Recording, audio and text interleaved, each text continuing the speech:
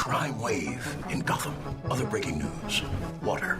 Wet. Coming up, more problems for a troubled earthquake. Yep, We're having an earthquake. Breaking into homes and tickling people. Fans quickly trashed his pantsless look on social media. Also, in other news, The whistles go woo! He was murdered and then set on fire while celebrating his birthday. He's on the lean and the model. I said, oh, Lord Jesus, it's a fire. he thought the car was a spaceship and that the driver was an alien. He lost his life savings, $2,600, and all he has to show for it is this stuffed banana with dreadlocks.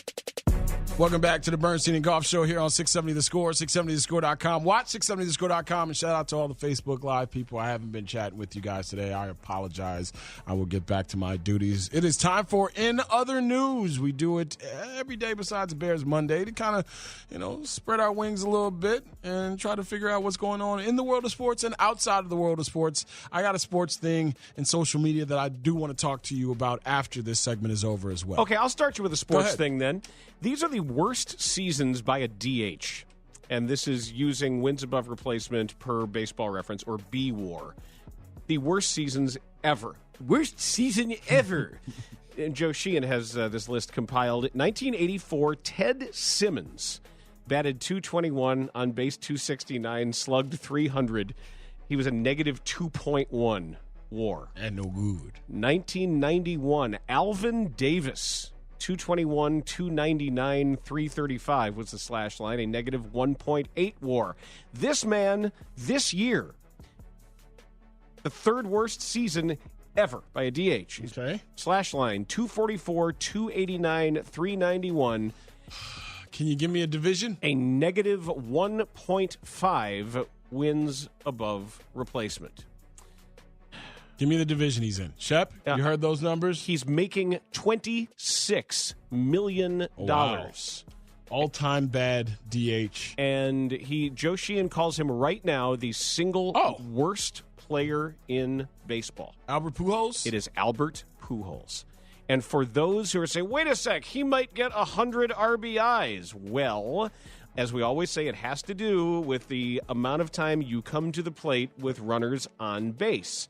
And this would be one of the worst 100 RBI seasons of all time, following those of Dante Bichette in 99. Oh, my guy! Joe Carter in 1990, and Ruben Sierra in 1993. Another one of my guys. Yeah, you like guys who have empty 100 RBI seasons, apparently. Yes, I do. This is Joe Sheehan's conclusion. Albert Pujols is terrible. He's a designated hitter who can't hit, and you have to invent a special skill he doesn't have to pretend that he can. The Angels, blinded by loyalty or a contract or just unable to see past the RBIs, have left him in the middle of the lineup all year, even dumping Cameron Maybin for nothing, rather than using the Justin Upton trade to ease Pujols to the bench. With 4 years of play left on his contract, the Angels are going to have to make a decision on him. They can't just give a player like this another 2,000 chances to keep Mike Trout out of October. That sucks, man. That's Albert Pujols. He's one of the best ever. Yes, he is. And this isn't a good season. They got 4 more years. I think we talked about this a couple of weeks ago when Shep brought up his contract. 4 more years? Yeah. It's going to be a bad 4 years. It's going to be we're paying you to not play 4 years. Yeah. A lot of bad things are happening over the next 4 years or so, man. All right. So, on a larger scale, I want to talk to you about what exactly happened to Eddie Lacy and also maybe in some Kevin Durant stuff after this segment. But since being drafted by the Packers in 2013, CBSSports.com writes, Eddie Lacy has had a tumultuous career. He gained 1,000 yards rushing in his first 2 seasons before suffering a steep drop-off in 2015. In 16, his numbers took an even larger hit, and he was let go by the Packers.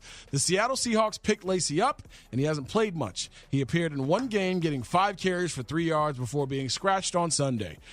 And shaving on Monday. However, it hasn't been his lack of production that's haunted Lacy, but rather one of the causes for it. Lacy's love of food, particularly Chinese food, or for some reason they put China food here on CBSSports.com, has become a defining part of his character on the internet. People have come up with all sorts of nicknames for Lacy, who has admitted that staying at an ideal weight has always been a challenge for him. He never had to try to stand out until he went to Alabama, where it immediately became apparent that life could be different. In an interview with ESPN's Kevin Van Valkenburg, Lacy opened up about his struggles with weight and how his life has changed from year to year. Quote, "It was the worst year of my life, but it just shows if you push your body, it responds. For 4 years, you have somebody telling you what to do. Make you as big as you can, as strong as you can, as fast as you can. They try to make this bionic person, basically, but it just shows if you push your body, it responds." When he went to the pros, things changed. After his first practice with the Packers, Lacy says he thought to himself, this is all we have to do. However, in the NFL, the situation continued to deteriorate. After his down third year, Packers head coach Mike McCarthy criticized Lacy's production in his effort to maintain his weight. He's got a lot of work to do, he said. His offseason last year was not good enough, and he never recovered from it. He cannot play at the weight he played at this year. Lacy dropped 22 pounds heading into the next season, picking up P90X, but an ankle injury derailed his timeline. I literally could not do anything for months. I obviously just got bigger. I can't do anything about that. All you can do is lay down and eat. What are you supposed to do? You don't have to eat. Well, to live, you do. Right, but you don't have to. I mean, and there's arm bikes. I mean, you can get your heart rate up with an ankle injury. They put guys on the arm bikes. For an NFL player, how much arm biking can you do? You got to get out there and get more than that in. All right, he says, I could pull up my Twitter right now, and there will be a fat comment in there somewhere. Like I could tweet, today is a beautiful day, and someone would be like, oh, yeah? You fat. He's right, though. I sit there and wonder, what do you get out of that? And CBSSports.com goes on to detail it, and I don't even want to read the comments because I'm sure people are being funny in the comments as well. But, Dan, I want to talk to you about what fans think that athletes sign up for and what they think they could deal with. What they think they're entitled to do to them and how they're entitled to approach them on social media. I want to do that with you after this segment. All right.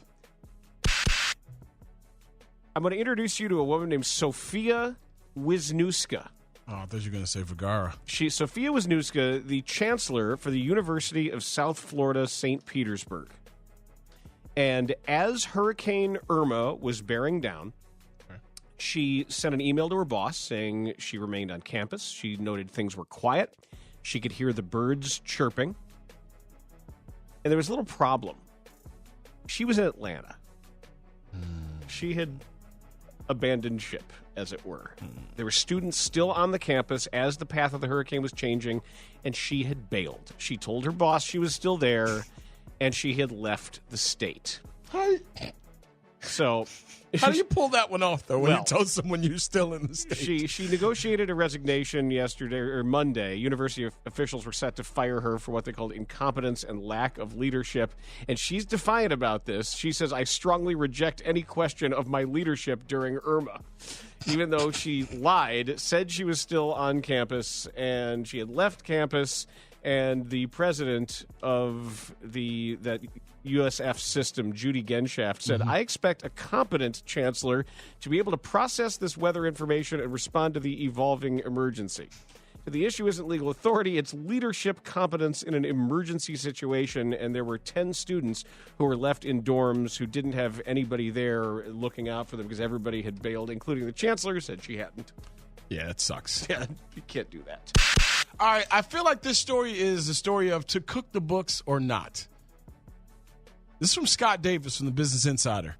A big report from Brian Windhorst and Zach Lowe revealed 14 NBA teams lost money last season, with 9 of them still finishing in the red after revenue sharing, according to league documents. According to ESPN, the Atlanta Hawks, Brooklyn Nets, Cleveland Cavaliers, Detroit Pistons, Memphis Grizzlies, Milwaukee Bucks, Orlando Magic, San Antonio Spurs, and Washington Wizards all lost money based on net income, which includes revenue sharing and luxury tax payment. Now, the league is going to be set up for a debate on its revenue sharing system.